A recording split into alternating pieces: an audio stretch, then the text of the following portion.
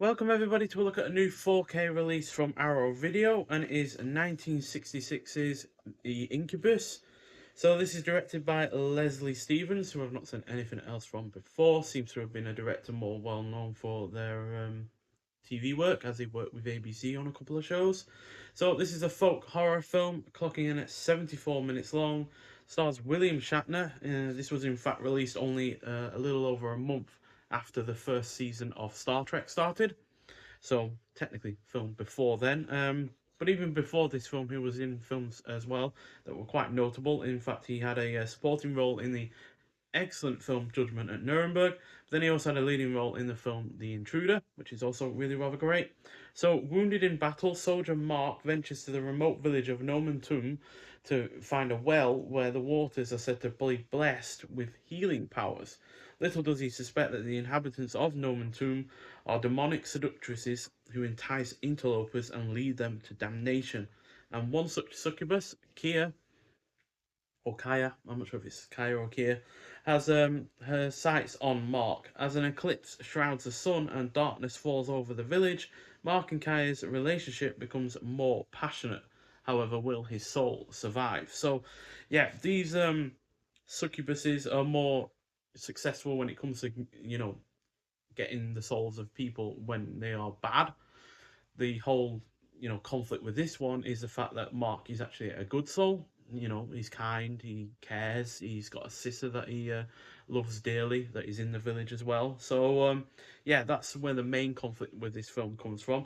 The film is also beautifully shot in black and white. That although the themes that this film presents do also feel surface level in certain ways, this is nonetheless a deeply atmospheric effort with an eerie quality to it, which is in no small part thanks to its use of the constructed language Esperanto.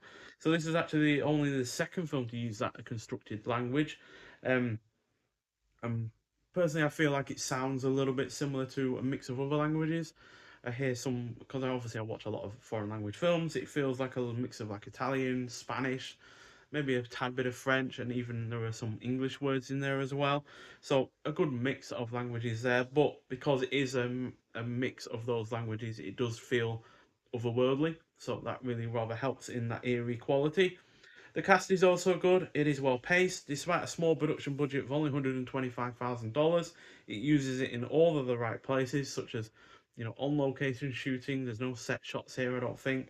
Maybe some interior ones, but it's mostly set outside at the end of the day. Then it's also got a really rather good cinematography. They certainly piled a lot of money into the way this film looks, as it looks excellent.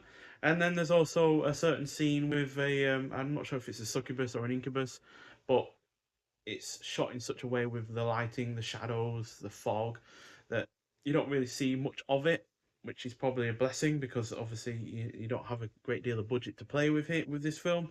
But that lends it an otherworldly aspect to it as well because you don't really see it, but you see its outline, you see it moving around, and yeah, that is really rather effective in that right. It is overall engrossing and it also has some decent tension throughout. So yeah, on the whole, I really vibed with this film. Quite frankly, I was a little bit hesitant about whether or not I would enjoy it because I've seen the reviews for it that have been quite scathing. It's only got an average of 3.2 out on Letterboxd out of 5. So that's, yeah, not the highest average rating at the end of the day. And with it only having a running time of 74 minutes, I figured it might be quite, rushed and maybe somewhat slightly exploitative. But it's really not. And that is just a really rather good testament to the people working on it and, you know, the general execution. So yeah, I really rather like this release as well. I love the slip cover that it's got going on with it, which looks like new artwork. I'm pretty sure it's new artwork by Richard Wells. And what I really like as well is that the title is embossed, so it's got a really rather nice feel to it. Then we also get a booklet with this release as well, with a shot from the film on the reverse. And in the booklet, we've got the cast and crew. Then we've got All That Lies Between the Rise and the Fall of Daystar and Leslie Stevens by Frank Collins. Then we've got the music of Incubus by Jason Krupper. Then about the presentation and production credits. So yeah, So it talks about Leslie Stevens as a person. He lived between 1924 and 1998. He was a writer, producer, director from Washington in the US. Um, Apparently, he was a creative spirit with New Age beliefs from a wealthy military family background. His stubborn, impulsive, controlling nature often sabotaged business and personal relationships, and his attempts to push the boundaries of theatre, film, and television. In the 1960s, his company Dayson navigated social and political change and alternative philosophies and was best known for the ABC science fiction anthology series The Outer Limits between 1963 and 1965. It reflected Stevens' lifelong interest in high-tech gadgetry, science fiction, and Cold War politics that he had inherited from his remote, authoritarian Navy Vice Admiral father. Interesting. Pretty sure that's him. So yeah, that's probably going to be an interesting write-up because obviously I don't think he did much other film work. Like I said, he seemingly was more well known for his TV work. There's William Shatner, and here he is again with Kaya. So then we've also got the music of Incubus by Jason Krupper, and then about the presentation. So this is one of the most interesting aspects of this release. So it was restored in 4K resolution by Le Chat Quay for me. I think they're French, who supplied the restored masters to Arrow Films for this release.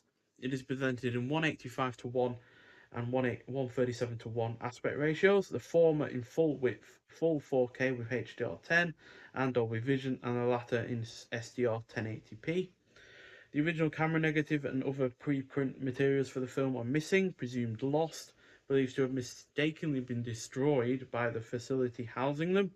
The last known surviving 35mm print in the world, located in France and supplied by Emmanuel Rossi, was scanned for this new digital restoration. As the source is a French distribution print, you will see burnt in subtitles within the frame that could not be removed without compromising the integrity of the image. So yeah, and they say we hope these subtitles do not affect your enjoyment of the film. They didn't affect the enjoyment of the film for me. To be honest, they only really pop up 2 or 3 times, and at the end of the day, they are well below the subtitles for the actual film because it is in the language of Esperanto. Um, so yeah, it's not too intrusive, quite frankly. And at the end of the day, they are well at the bottom of the image, and more often than not, you should be really paying attention to the actual main subtitles and the image above. So yeah, they don't really inflict too much of an issue, quite frankly, on the release. Quite frankly, so yeah, which I'm really glad about because obviously it would be a lot harder to sell this film if the subtitles were a lot higher up. They were obstructing the subtitles that are being put into the film themselves for English speakers. So yeah, it's good that they've been able to do what they've been able to, quite frankly. So yeah, we've also got original lossless Esperanto mono audio with optional English subtitles. And what is also cool about this is obviously if you speak Esperanto and you need to, or you only understand Esperanto even, you've also got Esperanto subtitles for the deaf and hard of hearing. So that's really cool for Esperanto speakers and listeners. Then you've got new audio commentary by writer and genre historian David J. Shaw, who is author of The Outer Limits, the official companion. Then you got archive audio commentary by star William Shatner, archive audio commentary by producer Anthony Taylor, cinematographer Conrad L. Hall, who I think went on to win a few Academy Awards for his cinematography, so which kind of says a lot about this film because it really does excel in that aspect. And as well as camera operator William Fraker. Then you got alternate 137 to 1 presentation of the film, intended to be only worlds, words and worlds, Incubus and Esperanto in cinema, a newly filmed interview with genre historian Stefan Bisetti. Then you got Internacia Lingvo, a history of Esperanto, a newly filmed interview with Esther Shaw, author of Bridge of Worlds, Esperanto and the Dream of a Universal Language. An interview with the makers of Incubus, so that's an archive interview with Shaw, with Taylor, Hall and Fraker, as well as a video trailer. You also do get reversible sleeve artwork with which removes the rating on this as well. as well as obviously the booklet and the sleeve cover as well on top of that. Now, obviously, with it being a film that has never had a physical release before, owing to the fact that they figured it was lost, I have nothing to compare it against in terms of, the quality of the 4K image and the sound, but I had no issues with it whatsoever. There were all the French subtitles that pop up here and there, but outside of that, the picture looks great, and the sound quality is really good as well. And quite frankly, for a film that has been lost for decades and only has one surviving print, it looks remarkably in good condition. So yeah, they've done really, really a good job with this, and yeah, it's obviously probably quite a risky release for our video. Obviously, they haven't had to restore it themselves, which will have inevitably saved them some money. But I doubt very many people know of this film. I certainly didn't, especially in terms of William Shatner's filmography. Um, but hopefully that just means that it's exposed to more people, and more people can eventually enjoy it for what it is. And yeah, I really rather enjoyed it, surprisingly so, given what I'd seen about it in terms of reviews beforehand. So yeah, I give it 4 out of 5, quite frankly. So yeah, I could argue it down a little bit, maybe to 3.5, but I think that extra half star just comes from massive respect for this actually getting a physical release, and finally a piece of film history has been released in such a way that it's far more readily available. So yeah, nonetheless, so thank you for watching. If you have seen this film before, I'd like to hear your thoughts on it. But yeah, and I'll see you in the next one. Bye.